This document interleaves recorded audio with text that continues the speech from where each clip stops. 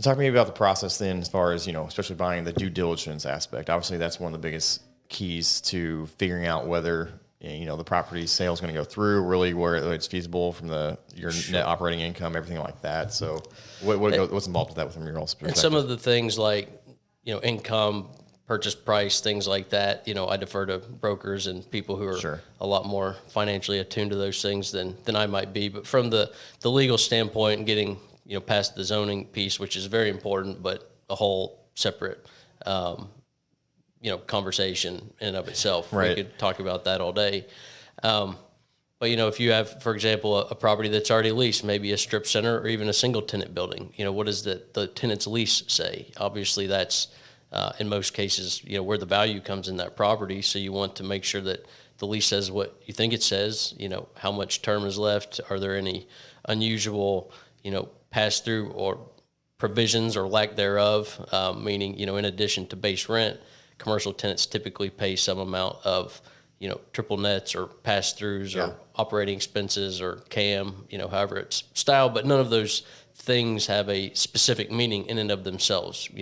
Common area maintenance expenses are generally whatever the lease defines as common area maintenance expenses, and any given lease may include more or less than you expect. And I've had many situations where a client is looking at buying a property and the leases don't say what they had a bad contract and things aren't defined clearly. Exactly. Or, sometimes they're just unusual one-off provisions buried at the end of the lease that, rights of first refusal. That's another big one. Tenants will negotiate for those, and you don't want to get to closing or even close and realize that, the tenant had a right of first refusal and we did not give them an opportunity to exercise that. Interesting. So, because from a habitational side, which I'm obviously more familiar with, those contracts tend to be, pretty standard, 12 month, maybe you cover the lawn, maybe you don't, or as far as maintenance, but there's pretty standard aspects.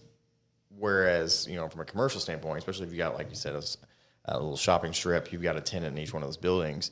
I'm sure you can run into where every contract's a little bit different. They're more usually, 2-year, 3-year, 5-year type contracts. That could be a range of different things, right? Absolutely. And in an older property, they might have been entered into over a period of several years. You might have a 3-year lease, but it's been renewed 15 times. So that tenant is on a very different lease from back when they originally moved in. Yeah. Than, 3 landlords ago than the current form of lease. So that's just something. Yeah. You got improvements, I'm sure, that come into play, right? As there's different parts of contracts as far as whether the client improves the property versus the owner. Exactly. And that's a little more of a leasing specific thing, but in the context of a, due diligence, that's another good example. If you buy a property, maybe with a tenant who's in the process of moving in, as the new owner of that property, you're essentially taking on the existing landlord's liabilities and obligations and rights.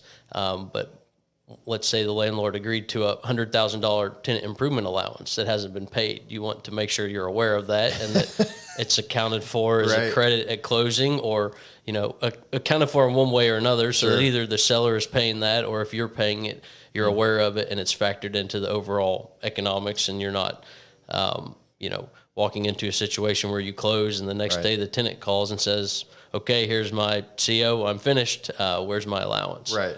So that's another example of things that are common, but there's also no specific way that it's done. There's a lot of, in general, it's the same, but the details and the way that it's written are done slightly different sometimes based on negotiations or preference or any number of different factors that are specific to the deal, whether it's people, situation, et cetera.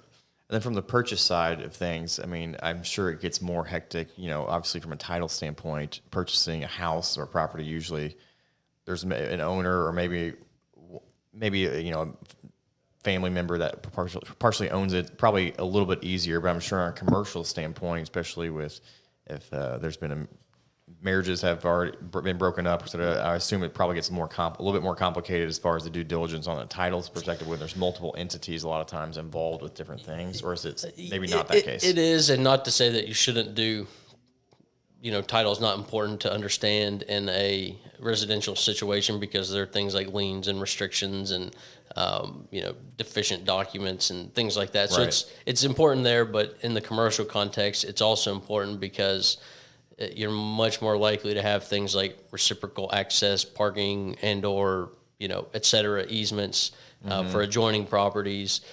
There may or may not be cost involved in that.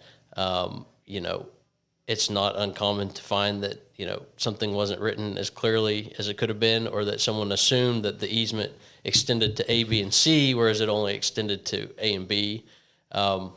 Yeah. Or maybe they thought it only extended to A and B, and it actually extends to A, B, and C. So, Well, dive into the easement. What do you, as far as defining what that really means, or in different examples or so forth like that? For those that don't know. let's say you've got a shopping center with 4 outlots, and the 4 outlots Yeah. don't have direct access to a public street. They need to access the public street through the parking lot of the adjacent shopping center. Okay. And there are all different, ways that could have been set up in terms of ownership. If they're all under common ownership, there might not be an easement. So if Okay. you're buying that lot, you need You're one of those one outlots. portion of it, then all of a sudden changes a lot of things. You want to see if there's a recorded easement for access, and if not, you probably want to require one as a contingency to your closing, and negotiating and drafting that is something that we do.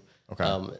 And in a lot of cases, that's done as part of the original development, so it's in place. And you're just looking to confirm, okay, this access is here, we have it, we're okay. Another reason that a survey is more important, typically in a commercial context, because you'll see lots of easements in the title, and just reading them, you may or may not have a good idea of exactly where they are and how they affect your property. Easements show up in title exams all the time for a property that, because at some point there was some common ownership, but they don't actually affect the parcel in question. Or sometimes you find a sewer easement that runs under the building, or maybe runs under the empty lot that you plan to build on, and that's a big cost you don't want to be surprised by. So, Sure. a lot of things are much easier to avoid or fix in the beginning. It's kind of a generic quote, but an ounce of prevention is worth a pound of cure. It's gonna be a lot easier and a lot cheaper to fix it or avoid it in the beginning than it is to resolve a dispute in the end. So there are things like that you want to look at. This is by far one of only one of many examples, but going back to the outlot in the shopping center context, another thing that happens in those deals is different tenants negotiate for exclusive use rights. They don't want certain competitors, within a close vicinity at a property controlled by the same landlord. So there might be restrictions on certain uses. You want to make sure that your intended use, or maybe your existing use, is not prohibited. Okay. A lot of development just prohibit things, like adult bookstores. Not that many of your listeners are doing something like that, but those types of provisions, it maybe less so today, but in the past, certain shopping centers prohibited gyms and fitness centers because they were less popular than they are now, and not necessarily as desirable as they might be in a development. So there are lots of things that that bind the property, and they're generally speaking enforceable. And if they're not, you don't want to typically inherit a lawsuit. So some people do, but most don't.